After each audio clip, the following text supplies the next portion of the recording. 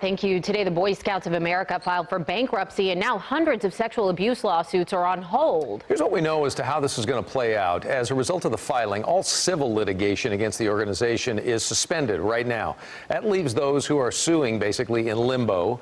We do know there's already 275 abuse lawsuits with potentially 1,400 more cases to come.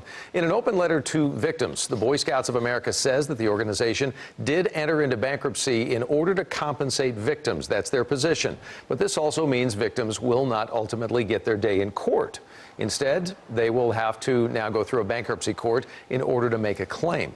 And while sexual abuse allegations within the Boy Scouts have existed for several decades, other controversies, especially in recent years, have led to a decline in membership numbers. Ken Molestina is joining us now with some of those numbers and a little bit of a timeline of the rough road the organization's had in the last few years. Yeah, and a lot of it has caught a lot of attention, made a lot of headlines in the last couple of years. The Boy Scouts have been a part of American culture for a very long time, despite an overall decline in membership numbers that first began really back in the early 70s. Have a look at this chart, for example.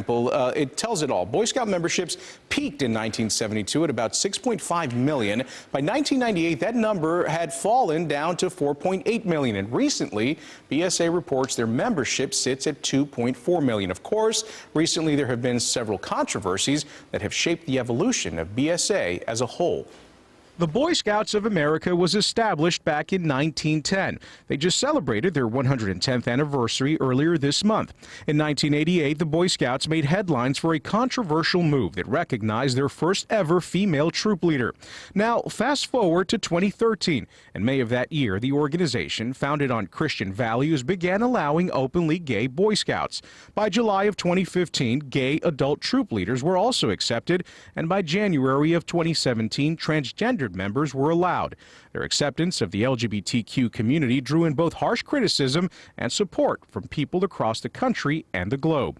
It was later that year, in October of 2017, that the organization would announce girls will now be allowed to join their scouting program, which was previously reserved for boys only. That change wouldn't take effect until February 2019, the same time the official name of the scouting program changed to Scouts BSA, this to reflect the newly arrived girls in scouting. Then, in December of 2019, in response to all of the changes, the Church of Jesus Christ of Latter-day Saints broke away from their century-long affiliation with BSA. In doing so, LDS leaders pulled their young boys from BSA, accounting for about 20% of the organization's enrollment. Well, we should point out in a statement sent to us earlier, the BSA says scouting will continue and local councils are not filing for bankruptcy. Brooke?